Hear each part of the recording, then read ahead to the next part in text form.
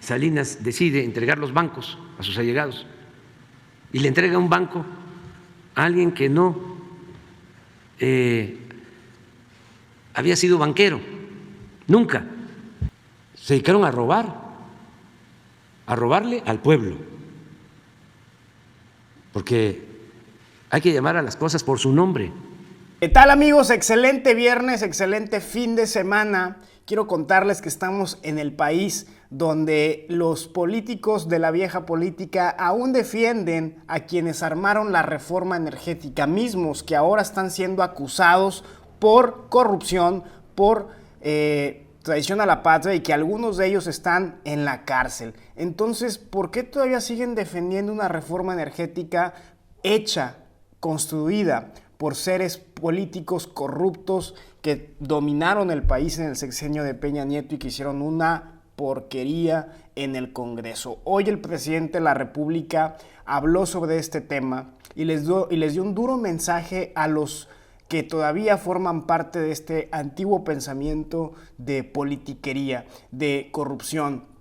Y hablando de esto, se empieza a descubrir cómo esta reforma energética impulsada por el expresidente priista Enrique Peña Nieto buscaba no solamente hacer negocios con gente de la actualidad, con empresarios o con traficantes de influencia, sino también con expresidentes. Y esta noticia que te voy a compartir involucra a nada más y nada menos que Carlos Salinas de Gortari, este expresidente que es conocido como el padre de la desigualdad en México. Toda esta información te la voy a compartir hoy en estos 10 minutos, así que quédate conmigo hasta el final. Te pido tu apoyo con tu me gusta y sobre todo que nos apoyes para que lleguemos al 1,000,000 de suscriptores. Ya nos falta muy poquito y con tu apoyo seguramente lo vamos a lograr. Así que apóyame con tu me gusta. Vámonos de lleno. Solo en México la oposición defiende una reforma energética que armaron personas que hoy están en la cárcel. Y es que Carlos Salinas de Gortari se enriqueció brutalmente con la reforma energética impulsada por Peña Nieto. ¿Por qué?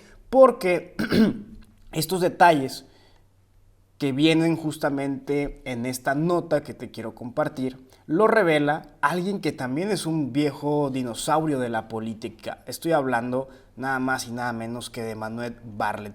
¿De qué trata? Déjame contarte cómo estos personajes están involucrados en toda una entramada de corrupción. Y lo que es peor aún, son personajes que ya tuvieron su tiempo. El titular de la CFE, Manuel Bartlett, señaló que el apagón del 28 de diciembre del año pasado tuvo responsabilidad directa la empresa Acciona. ¿Qué tiene que ver la empresa Acciona? Pues resulta que esa empresa es dueño Hipólito Gerard, que viene siendo cuñado del expresidente Carlos Salinas de Gortari. Pero en este caso, dijo Manuel Bartlett, Acciona, una de estas centrales privadas que se van colocando donde les da la gana, que instala máquinas baratas, que para ahorrarse costos rompió la red de transmisión. ¿Será esto que fue a propósito? Fíjense, puede decir que todos los partidos deberían apoyar la reforma y repudiar ese esquema abusivo. Entiendo que el PAN está enardecido y su dirigente, Marco Cortés, vocifere en defensa de la reforma de Peña Nieto.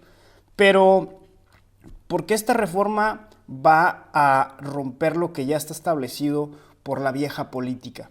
Pues resulta que esta reforma que impulsa el presidente López Obrador, uno de los políticos con gran trayectoria que conoce al PRI, al PAN y que sabe cómo está realmente la cúpula de poder en nuestro país, refiere que es importante esta reforma para mejorar al pueblo. ¿Por qué? Pues miren, Mario Delgado publica este tuit: muy gratificante plática con nuestro presidente. Me compartió sus reflexiones sobre el presupuesto para los más pobres, la reforma eléctrica y la revocación de mandato. Es muy motivante constatar su satisfacción con los resultados y el rumbo de nuestro movimiento. Resulta que ahora esta reforma se movió para abril del 2022 para su discusión. Rubén Moreira rechazó que la reforma eléctrica del presidente López Obrador se vaya hasta abril del 2022, pues recordó que va a chocar con el proceso electoral para renovar 6 gobernaturas, la revocación de mandato. Y si esto se conecta con todo esto, pues va a haber un tema ahí muy amplio de qué debatir en estas fechas. Lo que sí es importante destacar es justamente que el PRI y el PAN, que están en contra de esta reforma, pues la movieron hasta abril, hasta que se avale en abril. ¿Por qué tratan de alargarla? Por eso el presidente López Obrador hoy en conferencia de prensa matutina despotricó en contra de estos legisladores, de estos empresarios e inclusive jueces que están buscando aplazar la reforma. ¿Por qué no discutirla ya? ¿Por qué no definir realmente el rumbo de la energía en nuestro país? Quiero que escuchemos, queridos amigos y amigas, qué fue lo que dijo el presidente de la referente a este tema y cómo también conectó el involucramiento de Carlos Salinas de Gortari en este tema. Así que les pido que escuchemos con mucha atención para reforzar todo esto que platicamos en este video. Escuchemos. Supuestos empresarios, más bien traficantes de influencia. Yo les comentaba de un caso de cuando Salinas decide entregar los bancos a sus allegados y le entrega un banco a alguien que no había sido banquero, nunca. Y la expresión de esta persona fue: y yo que soñé con robarme un banco y ahora me lo entregan para que yo lo maneje. Pues estos traficantes de influencia, con la complicidad de los gobernantes, hicieron su agosto, se dedicaron a robarle al pueblo, porque hay que llamar a las cosas por su nombre. Antes hasta nos hacían creer de que el ratero era el que se robaba una gallina, un pavo, la ropa que dejaban tendida en el patio, los cilindros de gas, la bicicleta, el que se robaba una bolsa en el mercado. Eso eran los rateros.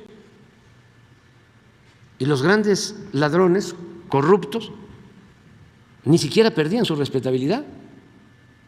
Al contrario, hasta se les decía a los hijos: estudia para que cuando seas grande seas como don fulano, un reverendo ladrón. Todo esto se veía normal. Entonces, ¿qué fue lo que hicieron durante el periodo neoliberal? Saquear, robar. ¿Qué no es corrupción el que una empresa, un banco, no pague impuestos? ¿Qué no le está robando al pueblo? Imagínense, si a una empresa le condonan 20,000 millones de pesos, pues esa cantidad ya no ingresa a la hacienda pública, no se puede utilizar para impulsar la educación, para garantizar el derecho a la salud, para promover el desarrollo, para combatir la pobreza. Ese es un robo vil. Entonces, lo de Odebrecht era eso: llegaban, sobornaban a los funcionarios, los convertían hasta en sus empleados y obtenían contratos jugosísimos, pero no solo contratos. En el caso de Odebrecht, cuando se hace esa planta de etileno, les empiezan a devolver el IVA cuando empiezan a construirla, de modo que con la devolución del IVA construyen la planta, con eso y con créditos de Nacional Financiera, de la Banca de Desarrollo. Puro influyentismo. Y todavía obligan a Pemex a que les venda gas subsidiado, y si no le entrega el gas, que Pemex dejó de abastecer de gas a sus plantas para entregarle gas a Odebrecht, y si no le entregaba el gas a Odebrecht en el contrato, tenía que pagar Pemex una multa. Pues ¿cuándo se firmó esto? Con el gobierno de Felipe Calderón, y luego continuó con el gobierno de Peña Nieto. Lo de los gasoductos. Imagínense cómo tramaron este atraco. Inventan de que hace falta construir 12 termoeléctricas. Y para abastecer de gas esas termoeléctricas hay que construir gasoductos, traer el gas de Estados Unidos, comprar el gas de Estados Unidos. Entonces, no hacen las termoeléctricas porque ese no era el propósito. Eso fue la pantalla. Y contratan los gasoductos con precios, cuotas elevadísimas, 3, 4 veces más del costo del mercado, con cargo a la Comisión Federal de Electricidad. Y a los 20 años los gasoductos no pasan a formar parte de la Comisión Federal de Electricidad, sino siguen siendo de las empresas. Entonces, ¿cómo autorizan eso? No hay acuerdo del Consejo de la Comisión Federal de Electricidad. Totalmente irregular. Eran atracos. Lo mismo en el caso de los reclusorios, privatizar los reclusorios, dar esos contratos. Lo mismo en el caso del petróleo. ¿No se acuerdan de que entregaron 110 contratos a particulares para extraer petróleo con la llamada reforma energética, con el compromiso de que iba a llegar inversión extranjera y que además iba a aumentar la producción? Llevamos 6 años, 5 o 6 años de aprobación de esa reforma. No han invertido nada. ¿Saben qué hicieron? Que recibieron también por influyentismo los bloques en tierra, en aguas someras, fundamentalmente, recibieron las concesiones y ya las vendieron y no han perforado un pozo. Hablaban de que íbamos a estar a estas alturas extrayendo 3 millones de barriles diarios. No han extraído ni 20,000 barriles diarios. 1 o 2 empresas de los 110 contratos. Todo lo demás fue especulación financiera. ¿Y para qué le seguimos? Pero todo esto que dice el presidente de la República es totalmente cierto. ¿Cuántas cosas los mexicanos ni nos enteramos de las trácalas que hacen desde arriba? Por eso son importantes las reformas que presenta el presidente López Obrador para desmantelar una cosa que fue una pantalla. Así que, amigos y amigas, gracias por informarte conmigo acerca de este tema. Te pido que nos apoyes difundiendo esta información para que más mexicanos de verdad se enteren de la realidad que está viviendo la situación energética en el país. Nos vemos en el siguiente video.